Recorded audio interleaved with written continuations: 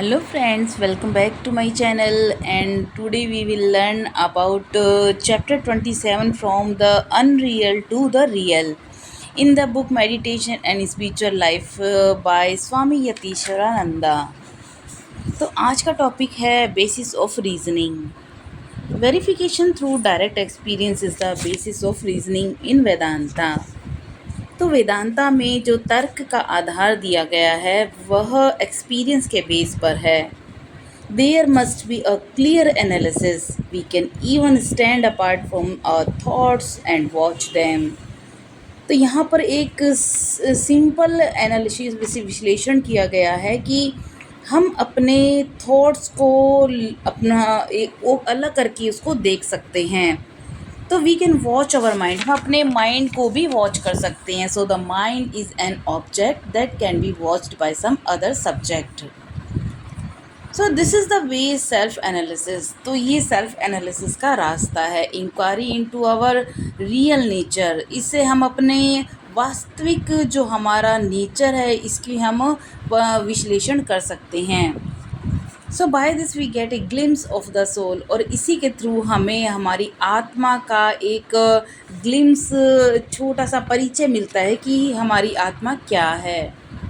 The subject that witnessed the object, but the highest truth is beyond both the subject and the object. लेकिन इस आत्मा को जानने के लिए ये जो महान सत्य है ये सब्जेक्ट और ऑब्जेक्ट से बिल्कुल परे की चीज़ है.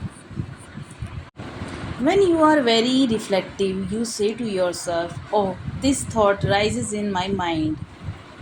तो जब हम बहुत ज़्यादा रिफ्लेक्टिव हो जाते हैं तब हम खुद से ही कहते हैं कि यह विचार मेरे दिमाग में आया, ऐसे etcetera. You so become the witness of even your thought. इसका अर्थात हम अपने थॉट्स को भी विटनेस करते हैं. The mind is composed of so many thoughts rising and despairing. तो हमारा ये जो माइंड है इसमें कई तरह के विचार आते जाते रहते हैं. Hence the mind is constantly changing, और इसीलिए हमारा मन जो बार बार बदलता रहता है. But the witness the self does not change. लेकिन ये जो विटनेस कर रहा है, हमारे जो माइंड को वॉच कर रहा है, वो हमारा जो सेल्फ है, हमारी जो सोल है, ये चेंज नहीं होती. All human search for the real must always begin with this unchanging self.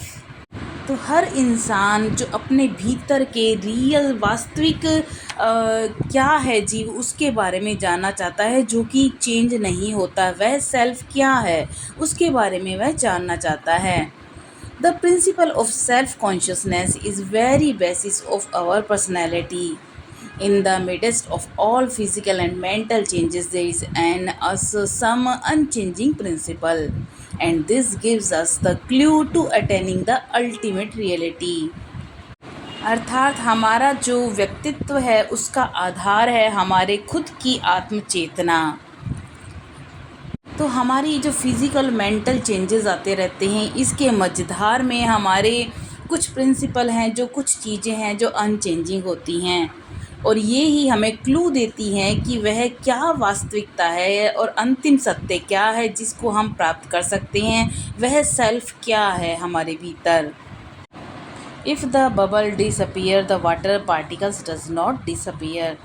अर्थात जो पानी में बुलबुले उठते हैं, अगर वह गायब हो जाता है तो इसका मतलब ये नहीं कि पूरा जो वाटर के पार्टिकल हैं वह ही गायब हो जाते हैं. So the body is the bubble. तो इसी प्रकार जो हमारा जो शरीर है, जो भौतिक शरीर है, वह एक बुलबुले के समान है. और the self is the water drop. और हमारी जो आत्मा है यह एक जल की बूंद की तरह है.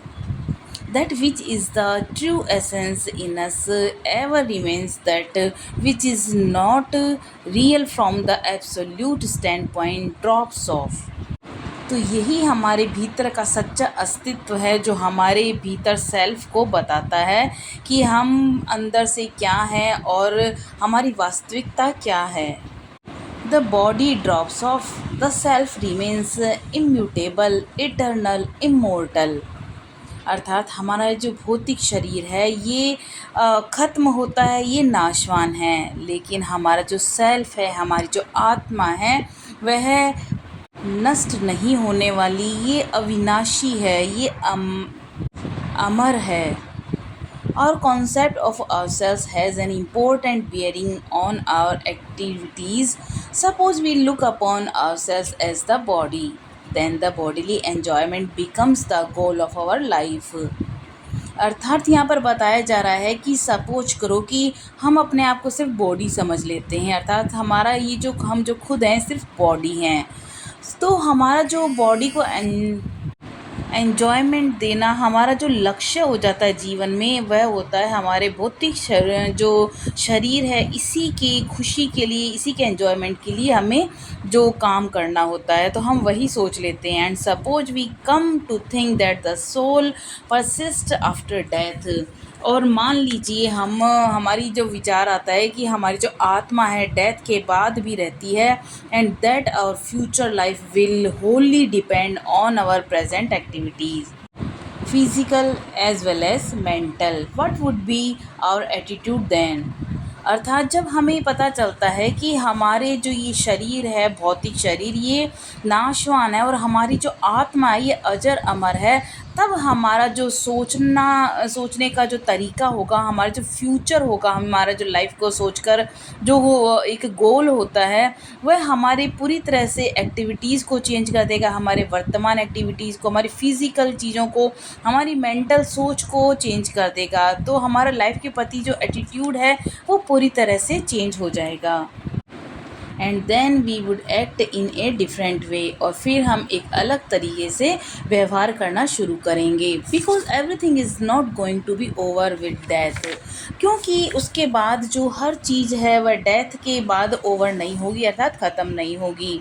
We would then try to seek that which brings fulfillment, peace and blessedness to our soul. तो हम तब ये पता लगाने की कोशिश करेंगे ऐसी कौन सी चीज़ें हैं जो हमारी आत्मा को फुलफिलमेंट की तरफ लेके जाती हैं, शांति की तरफ लेके जाती है, जिसमें हम सुकून महसूस करते हैं, शांति महसूस करते हैं और एक परम आनंद की हमको अनुभूति होती है। वह कौन सी चीज़ जो हमारी आत्मा को मरने के बाद भी एक सुकून और शांति देती हैं। So our attitude makes a good deal of difference as far as our daily conduct and thinking are concerned. Through discrimination we must cultivate the right attitude. तो यहाँ पर ये क्लियर किया जा रहा है कि इस तरह से हमारा जो लाइफ के प्रति जो दृष्टिकोण है वह बहुत ज़्यादा चेंज हो जाता है, और हम एक अच्छा डिफरेंस महसूस कर पाते हैं कि हमारी जो सोच है, हमारा जो व्यवहार है वो कितना चेंज हो जाता है जब हमें पता चलता है कि हमारी बॉडी जो भौतिक शरीर है ये नाशवान है, और हमारा ये जो आत्मा है ये आगे कई जन्मों जन्मों तक जानी है, और इसकी शांति के लिए इसके अकॉर्डिंग हमें हमारे कर्म करने हैं। तो इस तरह जो भेदभाव जब ये ख़त्म हो जाता है तब हम हमारा जो सही दृष्टिकोण लाइफ के प्रति और एक सही विकास हमारा शुरू होता है। आज के लिए इतना ही, कल फिर मिलते हैं, तब तक के लिए नमस्कार।